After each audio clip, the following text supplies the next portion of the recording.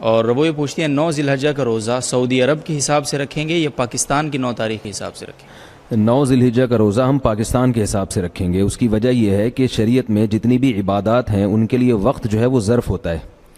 یہ ایک فقہ کی اصطلاح ہے ظرف. اس کو میں ایک آسان طریقے سے سمجھاتا ہوں کہ ظہر کا وقت جب ہمارے ہاں داخل ہوگا تو ظہر کا حکم متوجہ ہو جائے گا.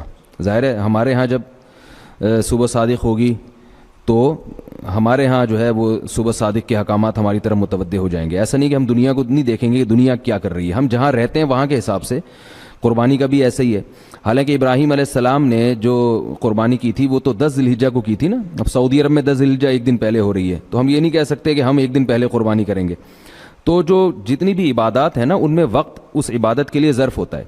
تو یوم عرفہ کا جو دن ہے اس دن جو وقوف عرفہ ہوتا ہے وہ اس لیے ہوتا ہے کہ وہ 9 تاریخ ہوتی ہے. اگر 9 تاریخ نہ ہوتی تو وقوف عرفہ بھی نہ ہوتا. تو عرفہ کا روزہ وہ بھی عرفہ کے دن ہوگا. تو جس دن ہمارا عرفہ کا دن ہوگا, یعنی میں اس لیے وضاحت کر رہا ہوں کہ بعض لوگ کہتے ہیں چونکہ ہمارے ہاں عرفہ نہیں ہے, وقوف عرفہ نہیں ہے, سعودیہ میں وقوف عرفہ جس دن ہے تو اس دن عرفہ کا روزہ بھی ہوگا. تو بھئی سعودیہ میں وقوف عرفہ کی یعنی سعودیہ میں وقوف عرفہ کی وجہ سے روزہ نہیں ہو رہا بلکہ 9 ذی الحجہ کی وجہ سے وقوف عرفہ ہو رہا ہے. تو ہمارے ہاں بھی 9 ذی الحجہ کی وجہ سے روزہ ہوگا نہ کہ عرفہ کی وجہ سے ہوگا, کیونکہ عرفہ خود کسی اور وجہ سے ہو رہا ہے. تو اس لیے یہ جو دن ہے نا وقت یہ ظرف ہے. تو اس میں جو عبادت کی جائے گی اس وقت کو ملحوظ رکھ کے کی جائے گی. اس لیے ہم اپنے حساب سے 9 ذی الحجہ کا روزہ رکھیں گے.